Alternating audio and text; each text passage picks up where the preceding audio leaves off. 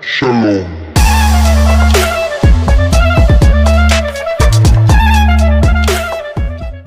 Festa da dedicação. Shalom Uvraha. Eu sou o Rav Yehoshua Shlomo e é um prazer estar convosco para mais um react da série The Chosen. E hoje, o especial de hoje, nós fomos até a quarta temporada, especificamente no episódio de número 6, pois é um episódio da série que relata sobre esta época em que estamos passando. E hoje é domingo. Hoje, especificamente hoje, iniciaremos Zot Hanukkah, que é o último dia da festa de Hanukkah, o oitavo dia. Vamos ver o que a série tem a nos ensinar sobre contexto original, porque não, Yeshua não comemorava o aniversário dele 25 de dezembro com os discípulos. Não tinha bolo de aniversário com uma velhinha. Não, os discípulos de Yeshua não comemoraram 25 de dezembro como aniversário dele.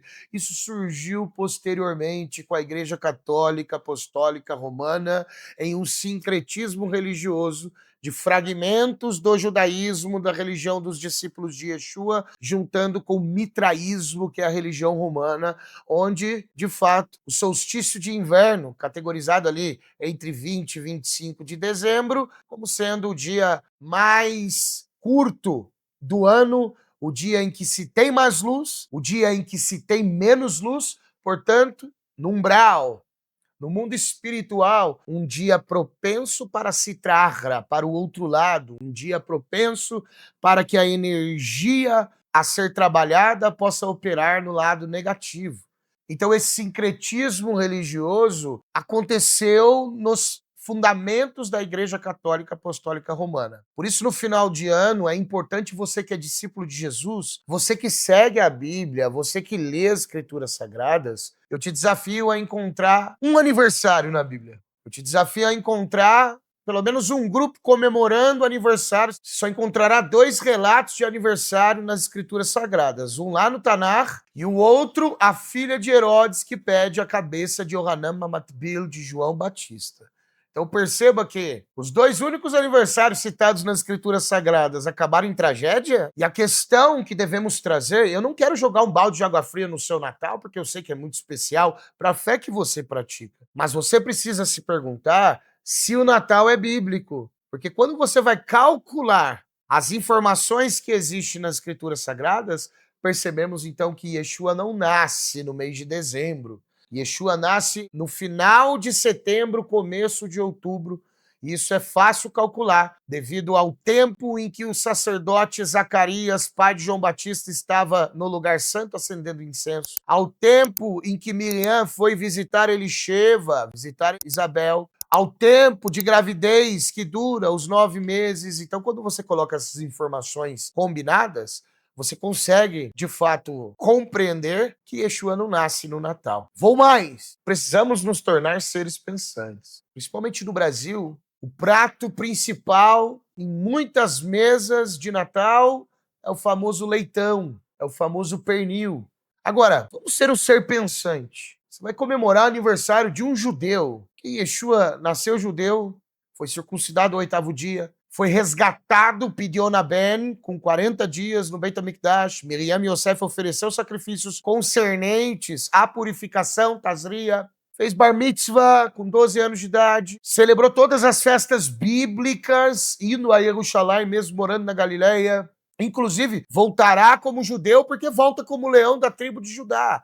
Então, como que eu vou comemorar o aniversário de um judeu com porco na mesa? Isso é a maior afronta que existe, o maior desrespeito que existe à imagem de Yeshua, porque claramente, se comesse porco, se comesse aquilo que a Bíblia proíbe, a palavra de Deus proíbe, não poderia ser ungido de Deus, não poderia ser o Cristo, não poderia ser o Mashiach, pois teria pecado, teria transgredido, e como sabemos que Yeshua não pecou, não transgrediu, cumpriu os mandamentos do Pai à risca, essas doutrinas são incoerentes. E já na abertura do 6º episódio da 4ª temporada, nós temos Tomé acendendo uma espécie de lamparina e a cena foca 8 lamparinas na sequência. Que ritual que é esse? O que eles estão fazendo aqui?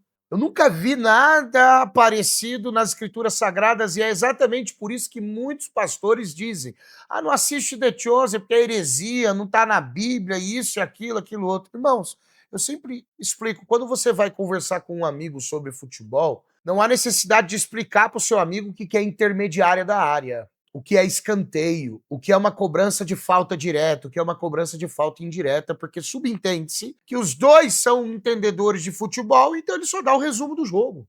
A mesma coisa ocorre com as escrituras sagradas. A Bíblia foi um livro escrito por judeus e para judeus. Existem coisas ali que não há necessidade de explicação para judeus.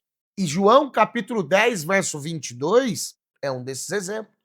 O texto diz que era inverno, Yeshua estava em Jerusalém, e era a festa da dedicação. E logo depois que Tomé, na série, acende ali, vê que ele tem um pedaço de madeira com ela acesa, faz a brahá, e que brahá que é essa? É a bênção de acendimento das velas, ou melhor, das chamas de Hanukkah. E o que isso significa? Que todos os anos, no dia 25 de Kislev, durante 8 dias, nós comemoramos a vitória da batalha épica que os Hashmonaim, os Macabeus, tiveram contra o grande exército de Yavan, da Grécia. Antíoco Epifânio levantou-se para oprimir os judeus, para impor o helenismo, a cultura grega. Muitos judeus cederam ao helenismo, ao secularismo, tornando-se, assemelhando-se aos costumes das nações. Então, Antíoco Epifânio tentou, de fato, aniquilar a alma do povo judeu, fazendo com que deixasse de guardar os mandamentos como regra geral na Grécia. Por isso, em Hanukkah, nós jogamos o Sevivon, que é aquele peãozinho específico. Os nossos sábios dizem que as crianças usavam, os professores, os rabinos antigos, na época de Hanukkah, na época da batalha, usavam esse jogo, né, de peão para ensinar Torá para as crianças, porque a Torá havia sido proibido o seu ensino. Então, depois dessa vitória massiva, o templo agora precisaria ser purificado. O milagre principal de Hanukkah não é do azeite. O azeite ter durado 8 dias é um dos milagres de Hanukkah. O milagre maior é a vitória de poucos contra muitos, de puros contra impuros.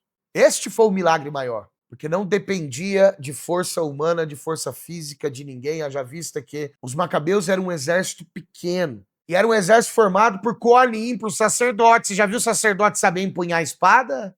Saber as artes da batalha? Então, óbvio que Hashem capacitou, óbvio que Hashem ungiu, e a vitória foi estabelecida. Todavia, Antíoco Epifânio havia profanado o Beit HaMikdash, num lugar que era oferecido bois, cordeiros, ovelhas e rolinhas, havia sido oferecido porco, cavalo, animais que não são kasher. O sangue daqueles animais contaminaram as pedras do altar, as pedras do chão do templo. O tesouro do templo foi saqueado.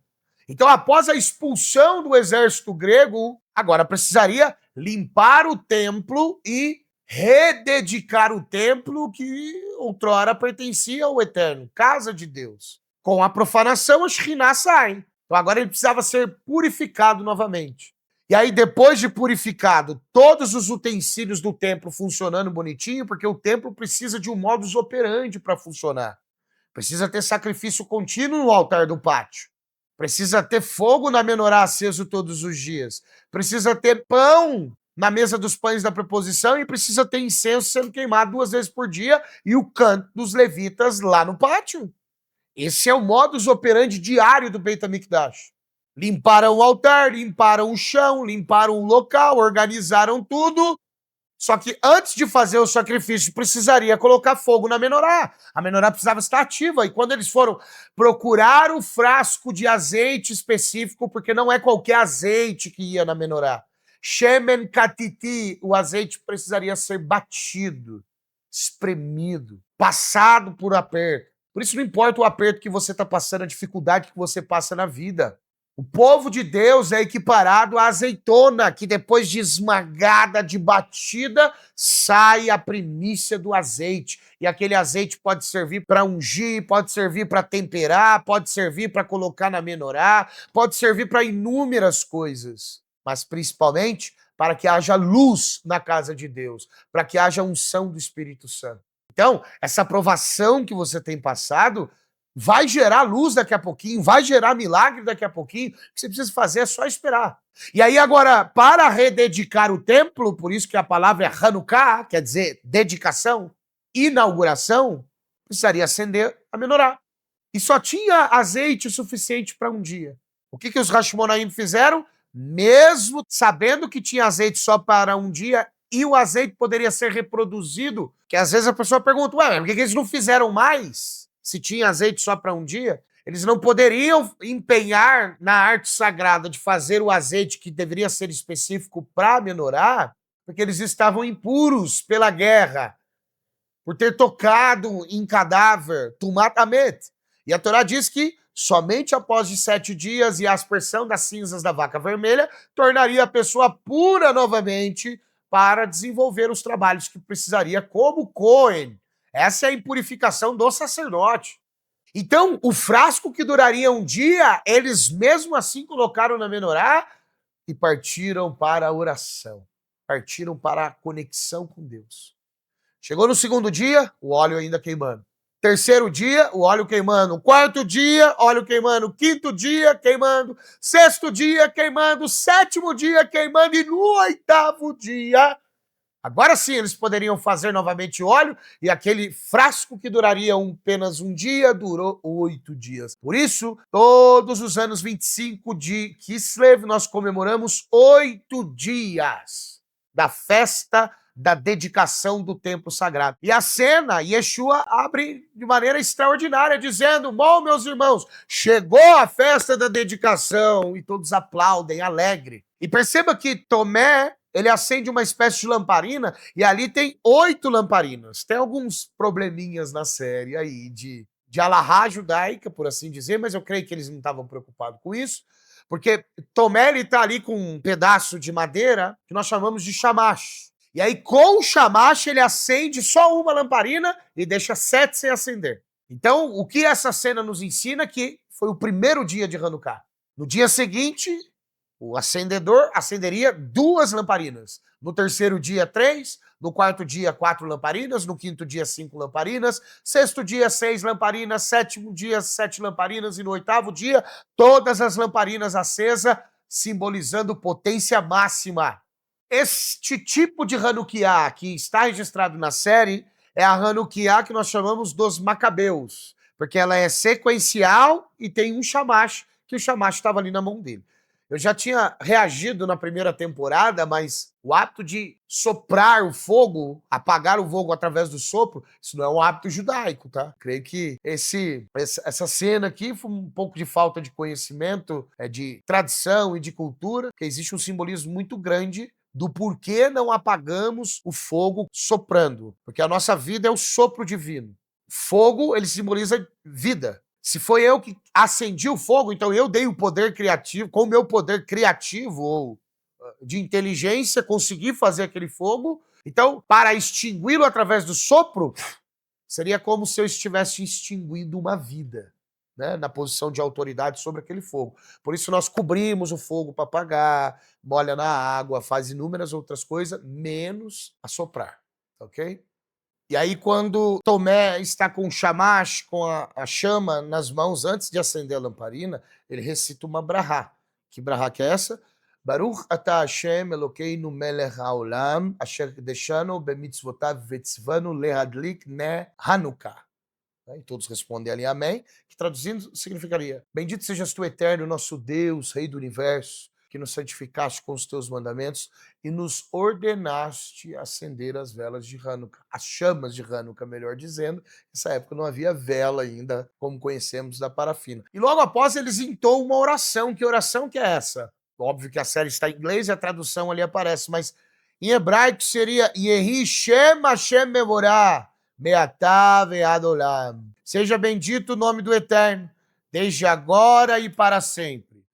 Mimizra shemesh ad meulau shem Amonai.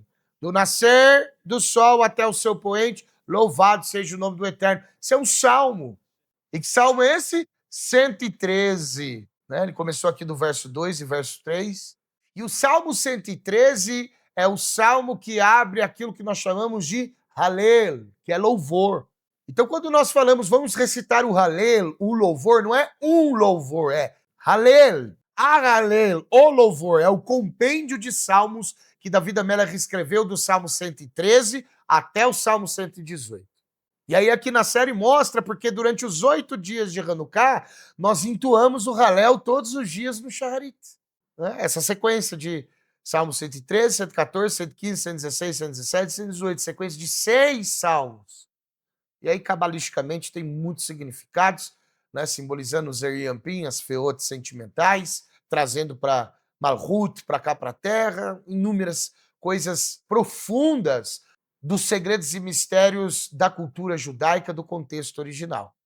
E aí agora Yeshua ele começa a contar a história dos macabeus, como começou a opressão do Império Grego, né, que primeiro tinha Alexandre o Grande, filho de Filipe, e aí ele tornou um grande conquistador, morreu, passa o império para os 4 generais, assim foi a profecia de Daniel capítulo 7, onde um bode que tinha um chifre, o chifre cai e surge 4 chifres. Quando Alexandre o Grande morreu, o seu império grego foi dividido por 4 generais, os Ptolomeus ali na região do Egito, os Seleucidas na região da Mesopotâmia, e os outros 2 generais, com as outras 2 partes do Império Grego, foram entregues.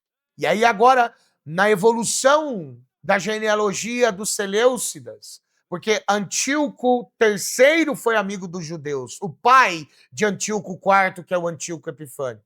E Antíoco Epifânio já se levanta trazendo essa opressão. E a guerra dos macabeus não durou da noite para o dia, ou não duraram 8 dias, não. Foram 20 anos de opressão, até que Deus resolve bradar dos céus, empoderando seus filhos. E agora Yeshua começa a contar essa história do porquê nós celebramos todos os anos. E na explanação sobre a história de como aconteceu a guerra dos macabeus, a revolta dos macabeus, Yeshua dá muito mais detalhes na história da revolta dos macabeus nesta série aqui, nesta cena específica, contando aos discípulos, fazendo o papel mesmo de um rabino. Porque este é o teor de todas as festas que são bíblicas e até mesmo as 2 que são derabanan, rabínicas, Hanukkah e Purim, porque aconteceram depois da outorga da Torá, depois da entrega da Bíblia Sagrada a Moisés, o nosso mestre.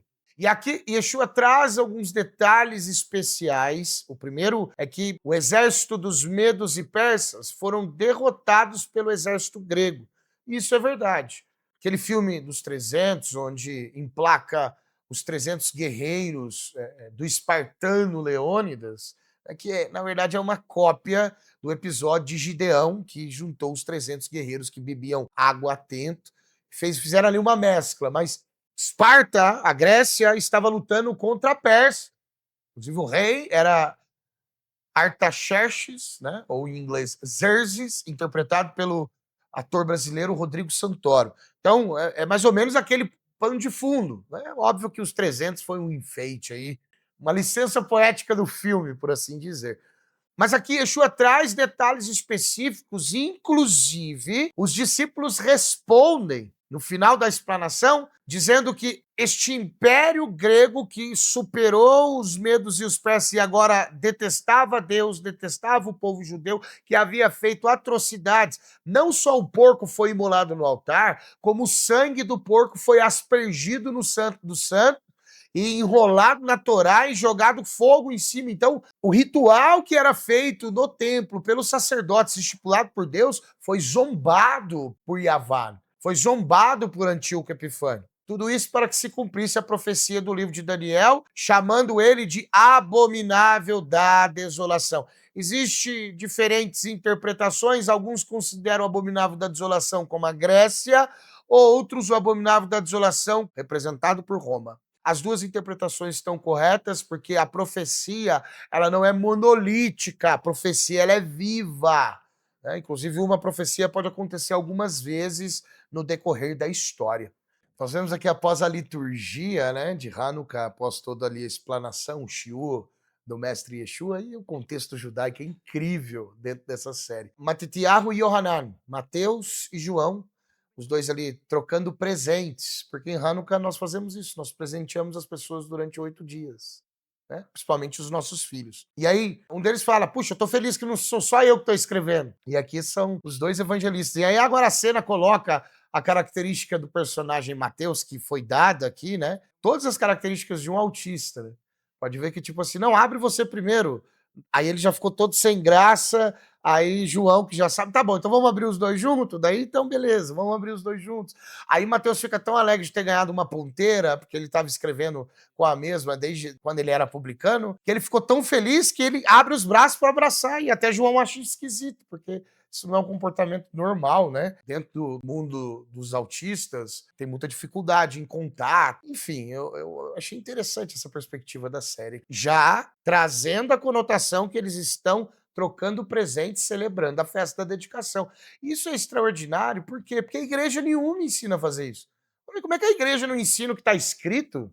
E aí a igreja ensina Arraial Gospel, congresso das igrejas, e seminário, e festa de Natal dentro da igreja com árvore de Natal, aquela bagunça toda. Sincretismo puro. Vamos ficar só com o que está escrito na Bíblia, é melhor. Na sequência, nós temos agora outro discípulo acendendo a segunda chama. Então, provavelmente era o segundo dia. A história sobre os macabeus continua, Yeshua trazendo detalhes do que Antíoco Epifânio fazia com os judeus, né? Obrigavam eles a comer porco, a comer coisa que era proibida, para provar que eles tinham parado de praticar os mandamentos, para provar que eles tornaram-se de fato helenistas, tornaram-se helenizados, tornaram-se adeptos aos pensamentos gregos. Então, a série traz esse contraste com a festa da dedicação, com a festa de Hanukkah, de maneira extraordinária. A opressão estabelecida por Antíoco Epifânio contra os Yehudim, os judeus da época, foi tão grande, tão grande, tão grande, que ela dura 20 anos. E no 7º último ano dessa opressão, foi quando as guerras, as investidas dos macabeus, poucos soldados, grupo de revoltados, que encabeçou essa revolta contra o Império Grego, que estaria oprimindo os integrantes do reinado, por assim dizer. Então, a vitória é estabelecida, Antíoco Epifânio morre, e agora eles precisam limpar o templo e dedicar o templo ao Eterno de novo. O episódio em que Miriam de Betânia, a irmã de Lázaro, a irmã de Marta, ela pega um nardo muito caro e ela ali unge os pés de Yeshua e enxuga com os seus cabelos. Pode notar que Judas é o primeiro a pular na bala, por assim dizer. Ele fala assim: para que tudo isso? Isso é caro. Põe uma coisa na sua cabeça. Sempre os que pretendem se preocupar com a obra, usando argumentos para satisfazer as suas vontades, este é, de fato, o resquício de traidores, que usam desculpa, usam mentiras, usam falácia para que os seus desejos próprios e engodos próprios possam ser satisfeitos. E sempre alguém que está em errado, ele vai tentar impor que está certo usando ladainha, buscando comover o coração do indivíduo com alguma história triste. Então isso já fica registrado para você que, se existe alguma pessoa assim na sua vida, toma cuidado.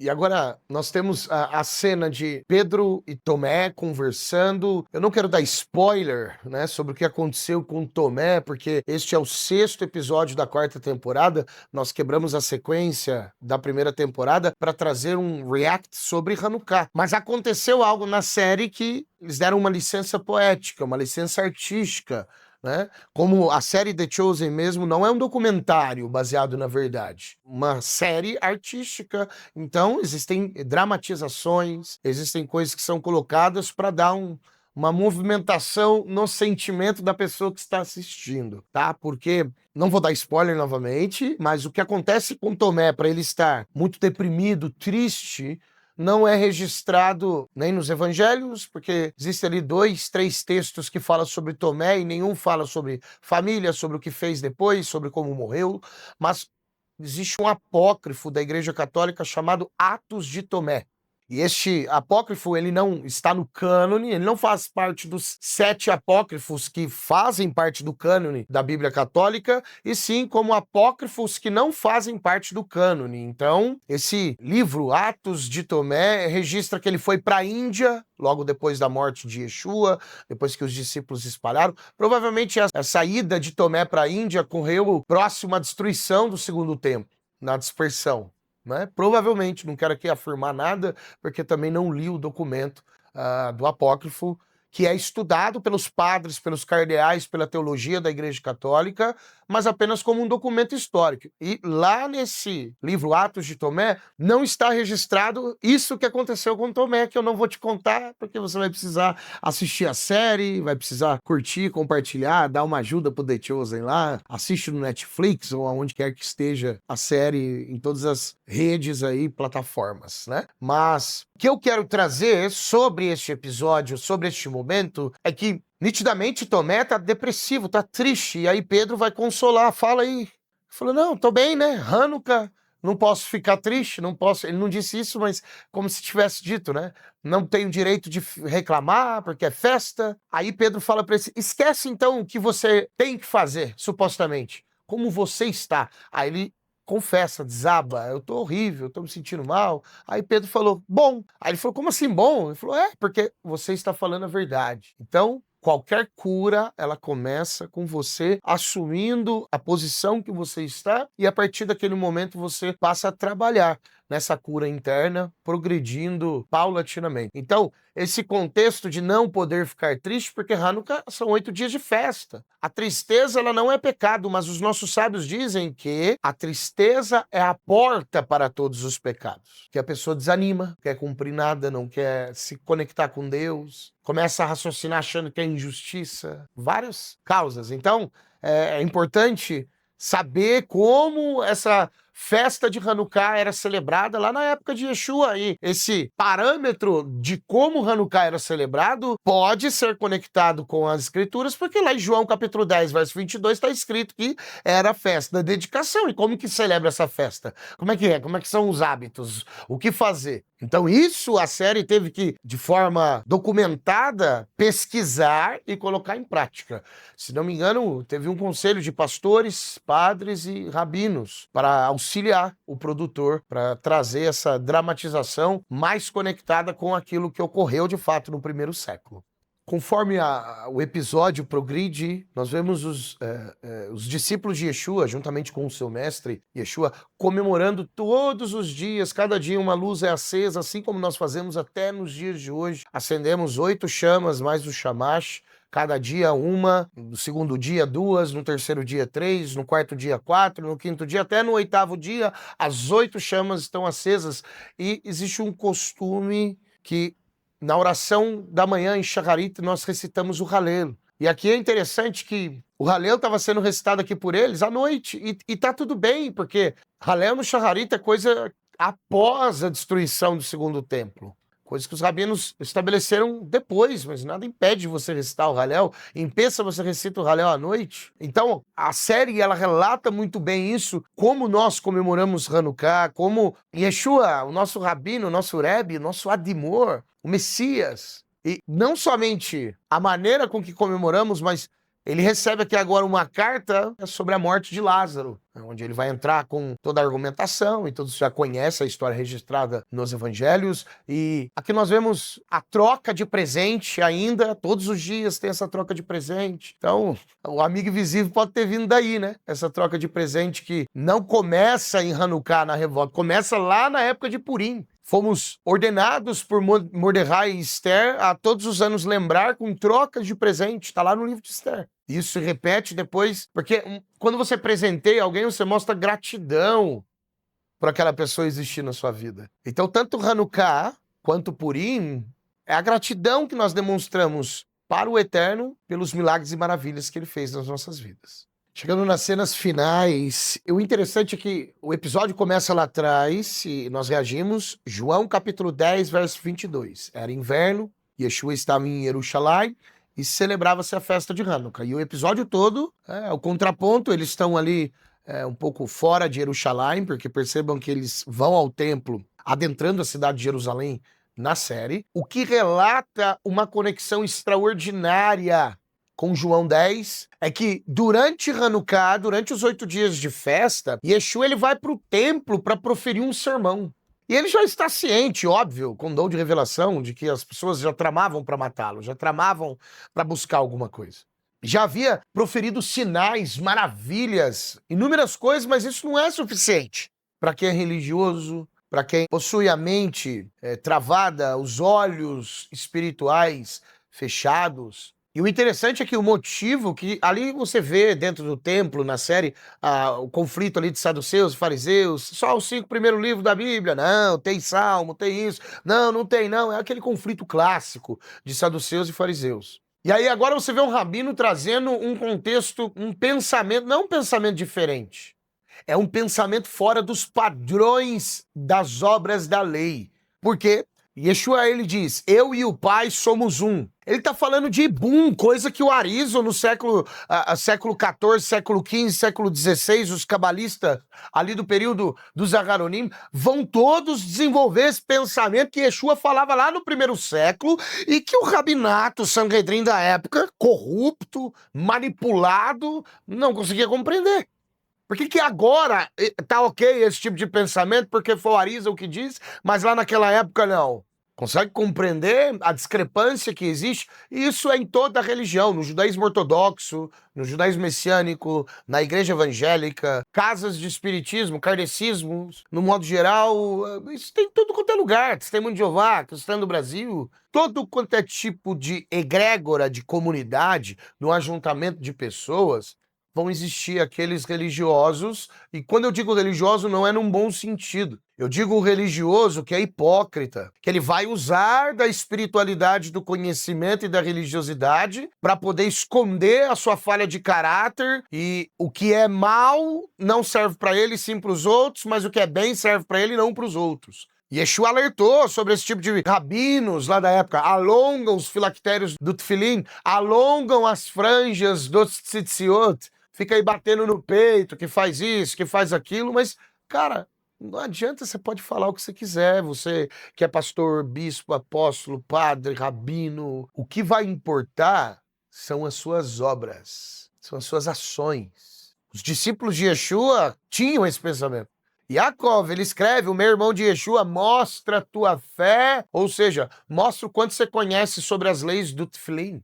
Mostra o quanto você conhece sobre as leis do tzitzit. Mostra o que você conhece sobre as leis de conversão. O que os homens aqui na terra estabeleceram, quem vai se converter ou quem não vai. Mostra toda a sua filosofia, todo o seu conhecimento que é inexistente, porque quando dois não sabem, um engana o outro. Que eu mostro as minhas obras. E aí Yeshua vem que as minhas ovelhas escutam a minha voz. Ele não está falando das ovelhas de Deus, ele está falando dos discípulos dele. Ou seja, não escuta a voz desses religiosos, não escuta a voz dos hipócritas, dos falsos. Escuta a voz de quem está conectado com o Malhut HaShamayim, com o reino dos céus, baseado na misericórdia, na bondade, no amor. E Yeshua conhecia muito bem as suas ovelhas, os seus discípulos. Tanto é que, durante a série, as autoridades que ele vai dando para Judas, mas está tudo tentando trabalhar no caráter dele. Ele está dando para Judas tudo o que ele quer, para que quando chegar no final das contas, Judas nunca vai poder falar assim, não, mas eu não recebi ajuda, não, mas eu não fiquei junto com o senhor estudando, eu não fui, não, tudo faz parte do caráter. A mesma coisa que Deus faz conosco. Lá na Parashat Vayet Hanan está escrito assim, eu te fiz passar fome, te fiz passar sede para mostrar o que havia dentro do seu coração. Não é para Deus, lá, tá vendo? Da necessidade, olha quem que você é. Agora eu sei quem que você é. Hashem é onisciente, sabe todas as coisas. É para um indivíduo mesmo saber quem ele é no momento crítico da vida dele. Por isso que Hashem, ele aperta o calo de vez em quando. E aqui agora, por causa de um hidush, de um ensinamento, não era por causa do ensinamento. Simplesmente, no primeiro século, o ódio gratuito, não tão diferente dos dias de hoje, era, como diz o ditado popular, era mato. E é um ódio gratuito baseado, e o incrível é que quem profere um ódio gratuito acha que é um tzadik, acha que é um santo, acha que é um ser super elevado, um ser super espiritual, que está fazendo a obra para Deus. Mas na internet você não faz obra de nada. Quanto você sai para as ruas? O quanto você faz aquilo que precisa ser feito? O quanto você demonstra, através das suas obras, o arrebanhamento de discípulos, porque a tradição diz, porque avô, faça muitos discípulos. E nessa discussão, a discrepância religiosa é não, filho de Deus é Israel. Já lá naquela época, a série está mostrando a mesma coisa que acontece. Quando Yeshua está entrando no templo, ele vai falar assim, que tá lá em João 10, eu tenho ovelhas de outro aprisco. Você viu que tem um saduceu ou um fariseu ali dentro do Beit HaMikdash que dá um pulo de 5 metros de altura? Como isso? Absurdo! Gentil vai se converter agora? Deixa eu falar pra você. Tá seguindo o profeta Isaías. Será um dado nome maior aos gentios que se converterem. E aos eunucos será um dado nome na minha casa, os inférteis. Profeta Isaías, é Tanar. Mas a ortodoxia nos dias de hoje não estuda a Bíblia. Estuda o que os rabinos escreveram da Bíblia. Não estuda o profeta Isaías e destrincha ele. Se tivesse estudado, estaria atento de que, deixa eu falar pra você... Ai, deixa eu dar um recadinho pra você, deixa eu dar só um recadinho pra você, só. A quantidade de gentil que vai estar se convertendo ao judaísmo, não é o judaísmo que você estabeleceu junto com a sua corja rabínica, não. A quantidade de pessoas, vou falar seu idioma, que vai passar a cumprir Torá, e é pra vocês ficar assim mesmo, tremendo de raiva, porque aqui a gente ensina o que é íntegro, o que é correto, porque não tem como segurar, a redenção tá chegando.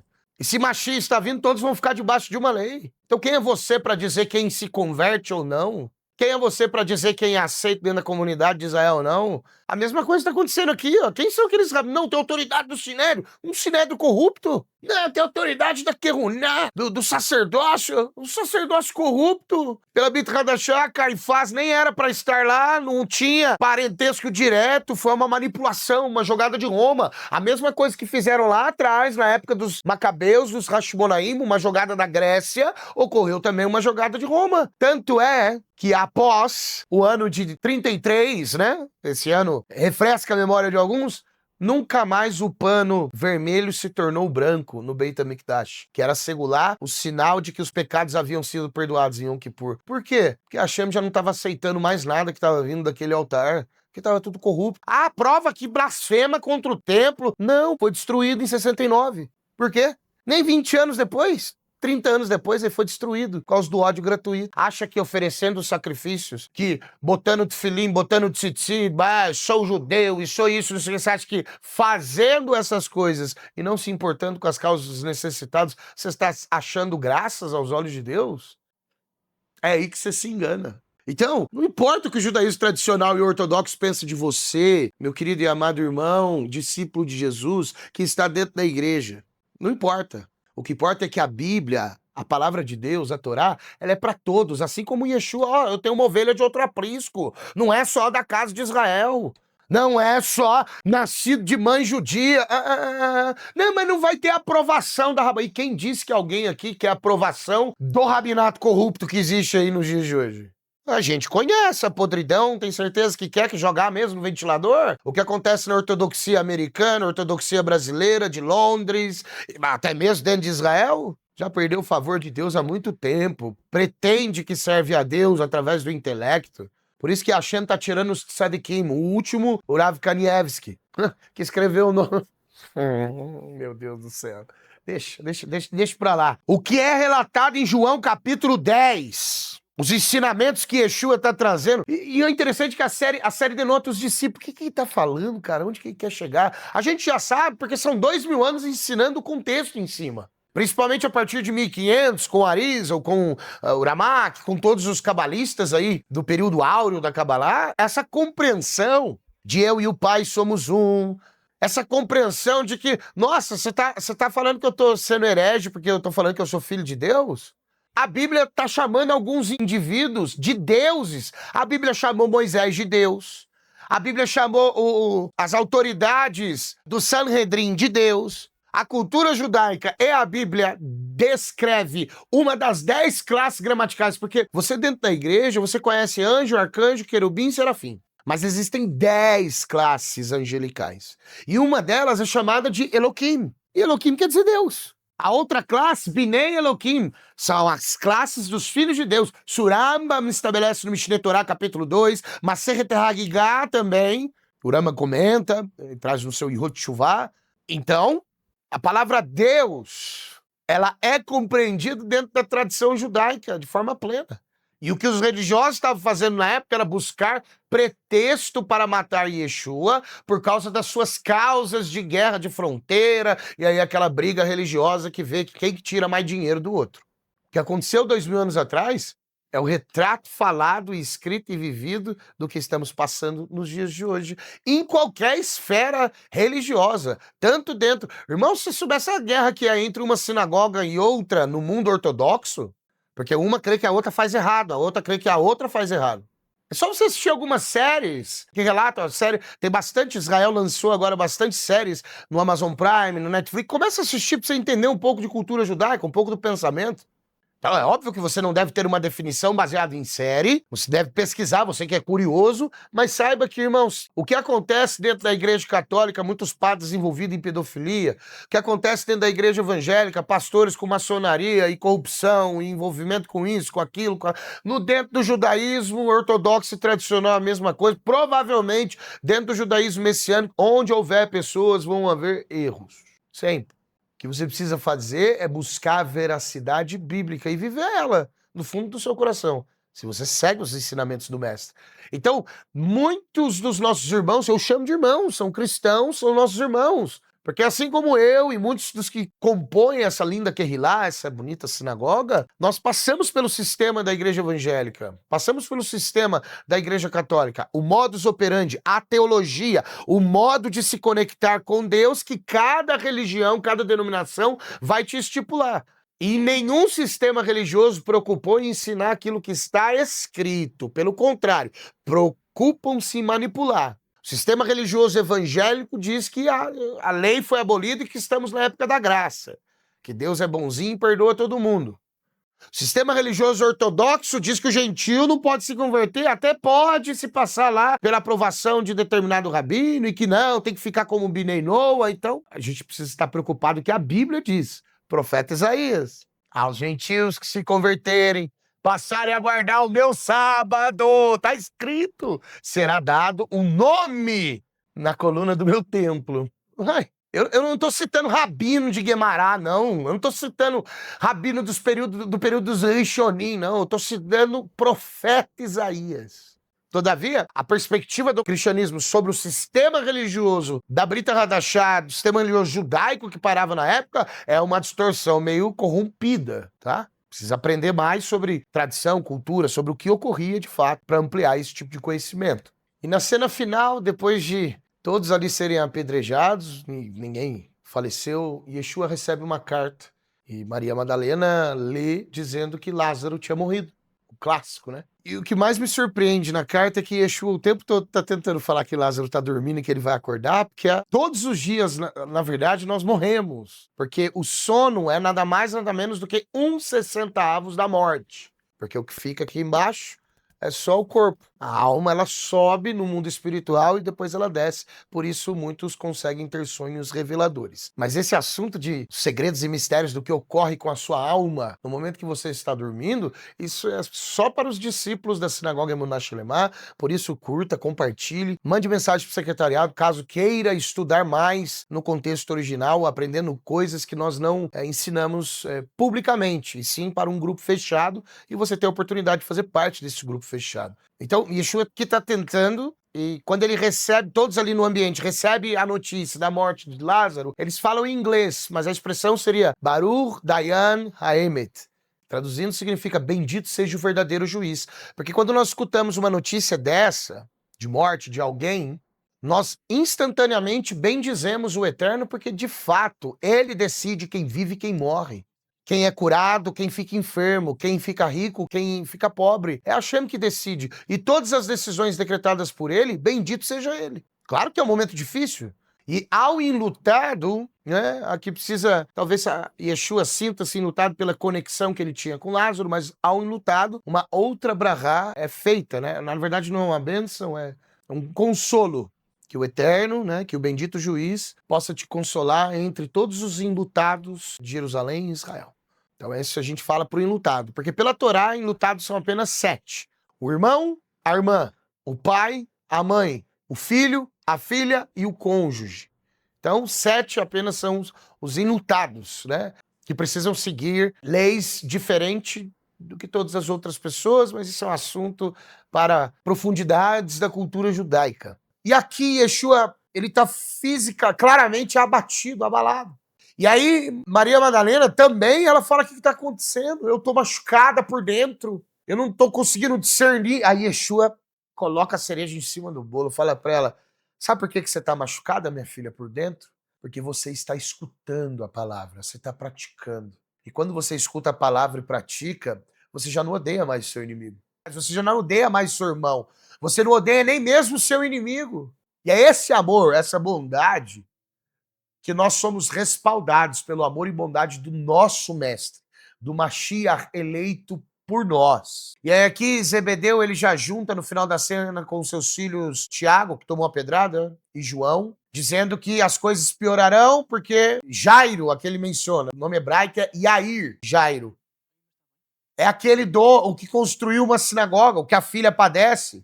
Então a gente vai começar agora a encaixar várias cenas aqui do Novo Testamento com as cenas da série e trazendo uma interpretação do contexto original. Eu mal posso esperar. E na próxima cena, a ressurreição de Lázaro, muitos segredos e mistérios cabalísticos do que ocorre no milagre da ressurreição, interpretado pelos nossos sábios, no caso de Eliseu, no caso do profeta Elias, no caso de todos os grandes tzadikim e mekubalim que fizeram a performance da ressurreição, e Yeshua não diferente deles, porque este é um sinal de Mashiach, é um sinal de Messias. O Messias terá que fazer sinais de ressurreição. Então, obviamente que depois da ressurreição de Lázaro, o plot contra a vida de Yeshua se intensificou ainda mais, porque agora já o ódio materializou em tentar matá-lo, né? Que o eterno Deus de Israel vos abençoe em nome de Yeshua HaMashiach. Shalom lehitraot.